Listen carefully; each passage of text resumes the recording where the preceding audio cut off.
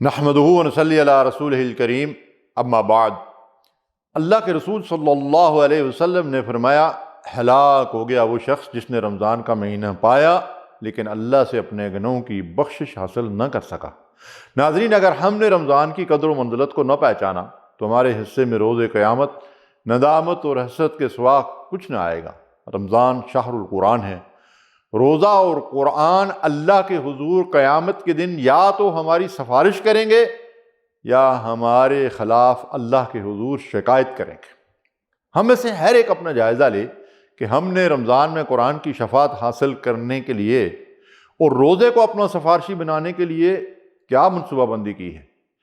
استقبال رمضان کا مقصد یہ ہے کہ ہم اس ماہ مبارک کے لیل و نہار کی ایسی جامع منصوبہ بندی کریں کہ اپنے اوقات کو انتہائی قیمتی سرمایہ اور زندگی کا آخری موقع تصور کرتے ہوئے پورے احساس ذمہ داری کے ساتھ اس طرح استعمال میں لائیں کہ یہ مبارک مہینہ ہمارے پچھلے گناہوں کی بخشش، رب کے قرب، بلندی درجات، جہنم سے نجات اور جنت کے حصول کا ذریعہ بن جائے۔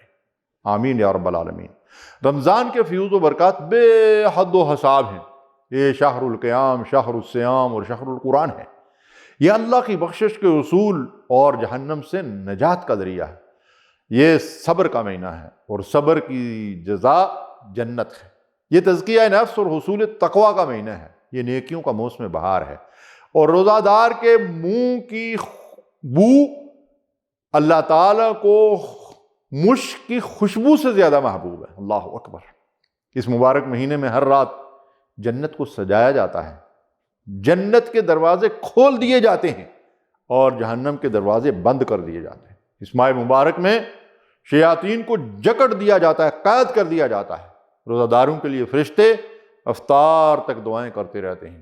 اس مبارک مہینے میں ایک نفل کا ثواب عام دنوں کے فرض کے برابر اور فرض کا ثواب 70 فرائض کے برابر ہو جاتا ہے۔ یہ مہینہ مسلمانوں کے فقراء اور مساکین کے ساتھ دلی ہمدردی اور حاجت مندوں کی معاونت اور دلجوئی کا مہینہ ہے۔ یہ زندگی کو تقویٰ کے سانچے میں ڈھالنے کی عملی تربیت گاہ ہے۔ یہ روح کی بالیدگی، ایمان کی تقویت اور قرب الہی کے حصول کا ذریعہ ہے۔ رمضان المبارک خواہشات نفس کو شریعت کی لگام ڈال کر اسے اللہ اور اس کے رسول کا مطیع و فرمانبردار بنانا اور اخلاق و کردار کو نکھارنا، اعمال کو پاکیزہ بنانا اور ایمان و تقویٰ کی آبیاری سے مقام احسان تک پہنچنے کا ذریعہ ہے۔ انشاءاللہ ماہ رمضان میں پڑھے جانے والے پارے کا ترجمہ اور آڈیو ہم ایک دن پہلے نشر کریں گے تاکہ قرآن کو سمجھنے میں آسانی ہو۔ ہماری دعا ہے کہ رمضان کے تمام ثمرات آپ حاصل کر لیں۔ آمین۔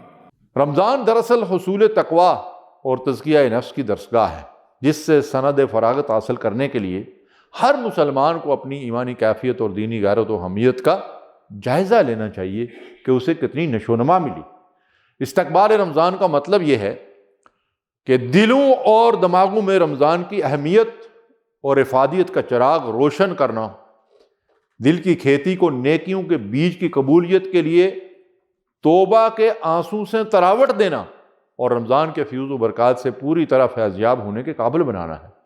جس طرح سفر سے پہلے زاد راہ اور سامان سفر تیار کیا جاتا ہے اور امتحان سے پہلے امتحان کے لیے تیاری کرنی ہوتی ہے، اس طرح نیکیوں کا موسم بہار آنے سے قبل آئیے دل کی کھیتی کو توبہ استغفار کے ذریعے سے خوب نرم اور ملائم بنا لیں تاکہ ہمارا دل نیکیوں کے بیج کو قبول کرنے کے لیے پوری طرح آمادہ اور تیار ہو جائے۔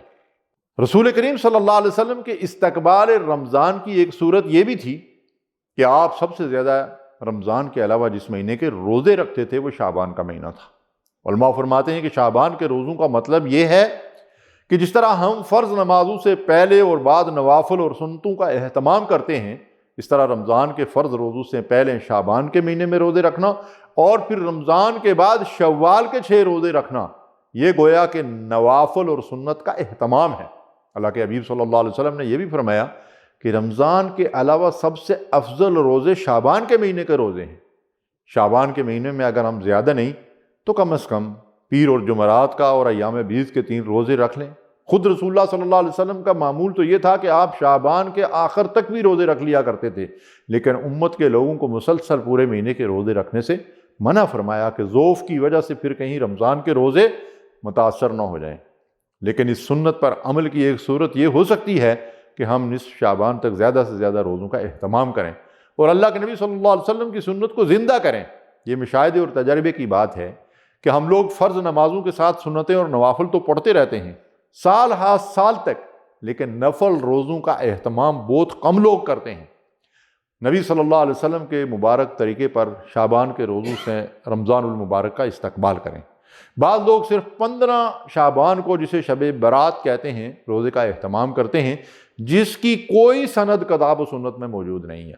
شب برات کے حوالے سے صرف اتنی بات عرض کرنا چاہتا ہوں کہ بہت سی ضعیف احادیث اس کی فضیلت کے بارے میں موجود ہیں، اس لیے بعض علماء کی رائے یہ ہے اگر کوئی انفرادی طور پر کسی عبادت کا اہتمام کر لے تو اس میں کوئی حرج نہیں، لیکن کمکموں، لائٹوں اور جھنڈیوں کے ذریعے اس رات کا اہتمام نبی صلی اللہ علیہ وسلم کی تعلیمات کی صریحاً خلاف ورزی ہے۔